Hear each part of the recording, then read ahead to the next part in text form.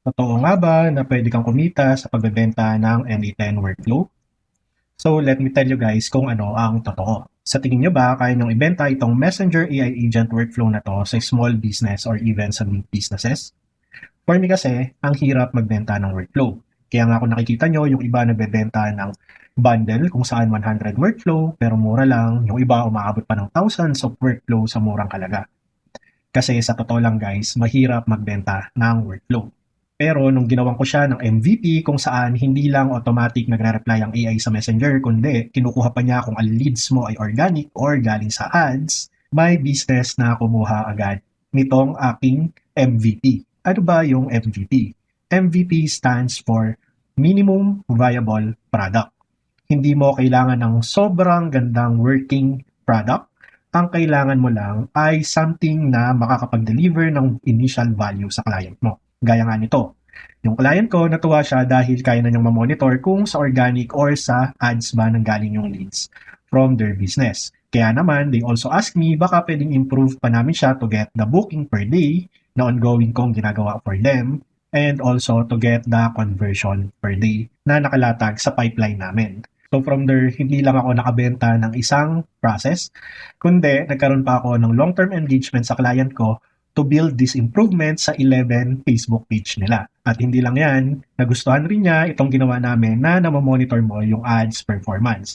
Kasi naman nakikita niya kung anong ad title yung nagbibigay sa kanya ng new leads at alin ba yung mga hindi at gumagastos lang ng malaki.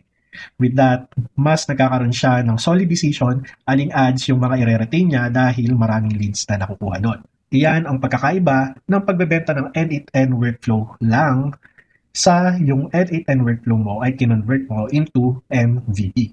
Let me give you another example. Sa tingin mo, itong AI accounting agent, magkano mo kayang ibenta sa small business or even sa big businesses? Kung kaya mong ibenta ng malaki, mag-comment ka below kasi bibigyan kita nito at hati tayo bigyan mo ako ng komisyon. Pero for me, never kong nabenta itong AI accounting agent ko kung saan i-message mo lang sa Slack yung iyong receipt and siya na yung bahalang mag-record ng mga transaction. Pero let me show you kung ano lang yung MVP na ginawa ko dito. Kung makikita nyo nga dito sa aking Supabase, nagkaroon tayo ng record ng accounts, transactions, and then vendor clients, which is yung vendor ng business at yung mga kliyente na malalaki ng business na to. Pero hindi yan yung naka-track sa kanila. Ang naka-track sa kanila ay automatic na ginagawa yung journal view. Guys, sa mga business, isa sa tedious work is yung i-create yung journal para sa yung debit and credit entries. Kasi naman, kada entry, makikita nyo dyan, sa isang account, pag gumastos ka, may entry dapat para sa debit and then dapat may katugma siyang entry sa credit column. Kaya kung makita nyo, lahat yan may debit and credit at hindi lang yon dapat yung debit credit ay may magkamukhang entry ID. Kaya kung makita nyo, partner lagi yung ID ng debit at credit entries. At hindi lang to yung naging project ko sa kanila dahil pinag-uusapan na namin ano pa yung mga kasunod na view na gagawin para sa bookkeeping nila and paano i-automate yung sending ng report na to sa kanila or sa accountant nila monthly.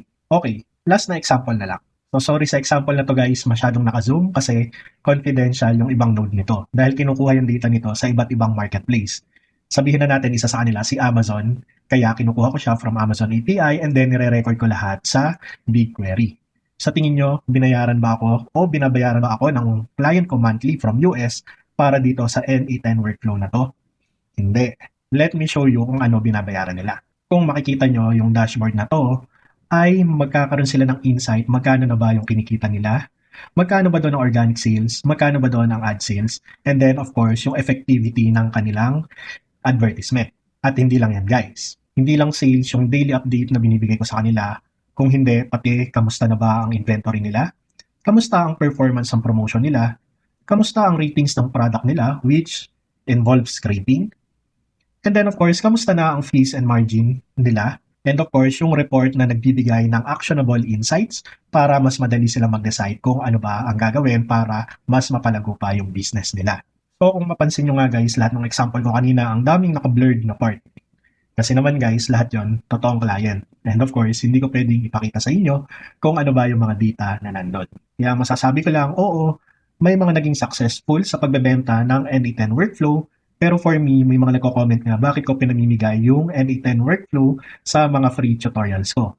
Isa lang ang sagot ko, Never akong kumita sa pagbebenta ng workflow itself kasi kinakailangan kong gumawa ng MVP or minimum viable product para makabenta hindi ng workflow kundi ng services ko. Kasi lahat ng client na pinakita ko sa inyo kanina, hindi lang ako nakabenta one time, kundi nagkaroon ako ng long-term connection sa kanila to improve further yung initial process na kinuha nila sa akin and to explore more process na pwede namin i-automate. With that, hindi lang ako kumita ng one-time payment, nagkakaroon ako ng continuous monthly income from them. Kaya nga yan ang sagot ko sa tanong natin kanina kung posible ba talagang kumita sa MA10. Marahil yung iba may ibang opinion kasi talagang nakakabenta sila with the workflow itself. Pero for me, in my opinion, mas kumikita ako not by selling the workflow itself, but creating an MVP and presenting it to business owners. And of course, kumikita rin ako for being the automation consultant to them. And napakadaling mag-present ngayon guys ng MVP kasi nga nai-integrate natin ang AI sa ating mga workflow. Ngayon, kung gusto mong malaman kung paano gumawa ng MVP, iyan ang diniscuss ko sa Module 3 nitong ating N8N Advanced course. And actually, diyan nagfo-focus yung course na to. Kung makikita nyo, this is to deploy, scale, and build client-ready MVPs. And nandito na nga pala tayo sa Module 3 guys. Dito ko itinuro kung paano ka bang makakapag-isip ng iyong first MVP, ano ba yung guidelines sa pagbuo ng isang MVP, and ano ba yung mga pattern na pwede mong maging guide sa pag-iisip ng MVP na ma-offer mo sa mga prospect clients mo. So dito nga sa Module 3 guys, is i-bridge natin yung normal creation of workflow into doing an MVP. And then after Module 3 nga guys, ay pupunta na tayo sa exciting part kung saan gagawa tayo ng Messenger AI Assistant MVP including ad tracking, leads and conversion tracking, and of course, doing an analytics dashboard in Looker Studio. Mula Module 4, puro sample MVP na yung ipapakita ko sa course na to.